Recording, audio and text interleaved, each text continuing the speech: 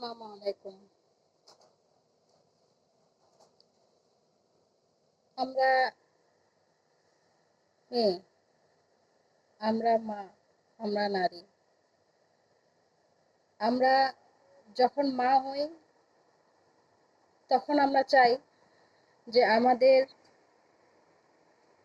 যে ছেলেরা আছে, ছেলেদের বউ যেন আমাদেরকে ভবিষ্যতে দেখে। অথচ যখন আমাদের শাশুড়ি থাকে তখন আমরা সেটা পছন্দ করি না। আমরা শাশুড়িকে পছন্দ করি না। আজকালকার মেয়েরা শুধু এই ফতোয়া চায় হুজুরদের কাছ থেকে, যে হুজুর এই ফতোয়া দেন যে শাশুড়িকে শ্বশুরকে দেখা বউদের কর্তব্য নয়। যদি হুজুররা মেয়েদের পক্ষে কথা বলে যে বউকে দেখা, শাশুড়িকে দেখা বউদের কর্তব্য নয়, তাহলে মেয়েরা খুশি হয়। এই ফতোয়াটা শুনে খুশি হয় যে বউ, শাশুড়ির দায়িত্ব, শ্বশুরের দায়িত্ব বউয়ের উপরে নেই। কিন্তু আসলে কি তাই?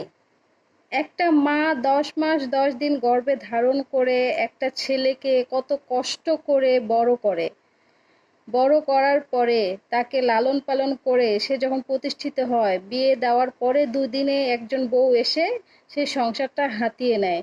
আর সেই শাশুড়ির সাথে অনাচার শুরু করে দেয়। শাশুড়িকে দেখতে পারে না, শ্বশুরকে দেখতে পারে না। না পারার কারণে শেষ বয়সে শ্বশুর শাশুড়ির স্থান হয় বৃদ্ধাশ্রমে।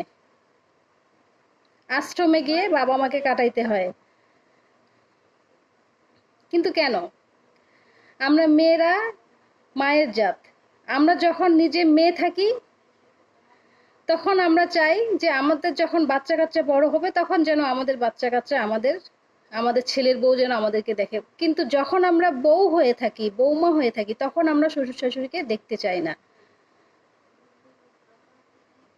শ্বশুর শাশুড়িকে দেখার জন্য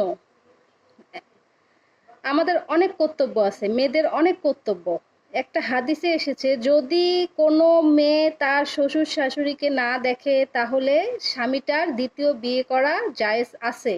যদি এই ফতোয়াটা দেই তাহলে সবাই আঙ্গুল ছুড়বে, সবাই আঙ্গুল উঠাবে যে এটা কেমন ধরনের কথা। একটা পুরুষকে, একটা ছেলেকে ইনকাম করার জন্য বাইরে যেতে হয়। একটা ছেলের উপর দায়িত্ব পড়ে তার বাবা মায়ের।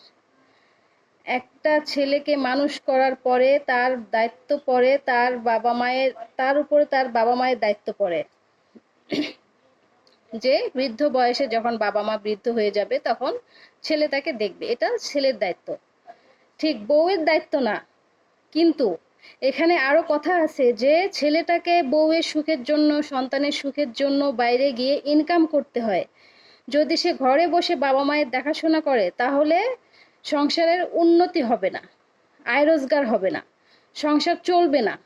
সংসার চলার জন্য ছেলেটাকে বাইরে গিয়ে ইনকাম করতে হয়। তথাপি ছেলে যখন বাইরে গিয়ে ইনকাম করে, ছেলের দায়িত্বটা বউ, ছেলের পক্ষ থেকে বউয়ের কর্তব্য হচ্ছে ছেলের দায়িত্বটা পালন করা, তার শ্বশুর শাশুড়িকে দেখা। কিন্তু যদি বউরা মনে করে যে শ্বশুর শাশুড়ির দায়িত্ব আমাদের উপরে নেই, বৌমাদের উপরে নেই, তাহলে সেটা সম্পূর্ণ ভুল। কারণ স্বামীর অবর্তমানে স্বামীর দায়িত্বটা, স্বামী যখন তার সুখের জন্য বাইরে ইনকাম করতে যায় তখন তার সুখের জন্য ইনকাম করতে গেলে তার দায়িত্বটা বউকে পালন করতে হবে। অতএব বউ যদি সেই দায়িত্বটা সঠিকভাবে পালন না করে তাহলে একটা ছেলের দ্বিতীয় বিয়ে করা জায়েজ আছে। যে তার বউ তার মা বাবাকে দেখছে না, তার বাবা মার কষ্ট পাচ্ছে, তার বাবা মার প্রতি আদর যত্ন সঠিক হচ্ছে না বৃদ্ধ বয়সে, তাহলে সেই ছেলেটি পারে আরেকটা বউ নিয়ে আসতে, বিয়ে করতে। কিন্তু আমরা এটা মানতে নারাজ। আমরা কেন দেখি না শ্বশুর শাশুড়িকে?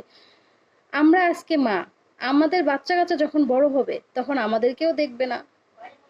আমরা উচ্চ শিক্ষিত মেয়ে হয়েছি বলেই আজকের আমাদের উচ্চ শিক্ষা কি এটাই যে আমরা বৃদ্ধ বয়সে শ্বশুর শাশুড়িকে দেখবো না, তাদেরকে বৃদ্ধাশ্রমে রেখে আসবো? এটাই কি আমাদের শিক্ষার পরিণাম? তাহলে সেই শিক্ষার তো কোনো দরকার নাই। সেই শিক্ষার কি কোনো দরকার আছে যে শিক্ষা আমাদের বাবা মাকে বৃদ্ধাশ্রমে রেখে আসে? যে শিক্ষা মানুষকে সঠিকভাবে শিক্ষিত করতে পারে না, সেই শিক্ষার তো আমাদের কোনো প্রয়োজন নেই জীবনে। তাহলে আমরা মেয়েরা কেন পারবো না বাবা মাকে সঠিকভাবে দেখতে, শ্বশুর শাশুড়িকে বাবা মার স্থানে রাখতে? কেন পারবো না? আমরা কেন চাই বিয়ে হওয়ার পরে পরে শ্বশুর শাশুড়িকে আলাদা করে দিতে, সবাইকে মিলে সবাইকে ছেড়ে আমরা স্বামীকে নিয়ে শুধু আলাদা সংসার পাততে চাই? কেন? হাদিসে আছে, ইসলামে আছে, কোরআনে আছে, যারা পরিবারের সঙ্গে সম্পর্ক ভালো রাখে তাদের আয়ে বরকত হয়, তাদের জীবনে উন্নতি হয়, তাদের আয়ু বাড়ে, সম্পর্ক রক্ষাকারীর আয়ু বাড়ে, ইবাদত কবুল হয় এবং পরকালের জান্নাত পায়। তাহলে আমাদের কি দাঁড়ায়? আমাদের কি উচিত না বাবা মাকে, শ্বশুর শাশুড়িকে সমানভাবে দেখা? আমরা মেয়েরা অনেক কিছুই পারি, আবার অনেক কিছুই নষ্ট করে দেই। আসলে মেয়েদের হাতেই জান্নাত, আবার মেয়েদের হাতেই জাহান্নাম। তাই আমার এটুকুই বলার যে আমরা শ্বশুর শাশুড়িকে সঠিকভাবে দেখব এবং সবার সংসারের, পরিবারের সমস্ত দায়িত্বগুলো সঠিক পুঙ্খানুপুঙ্খানুভাবে স্বামীর বিপরীতে, স্বামীর অবর্তমানে সেগুলো পালন করার চেষ্টা করব। আলহামদুলিল্লাহ।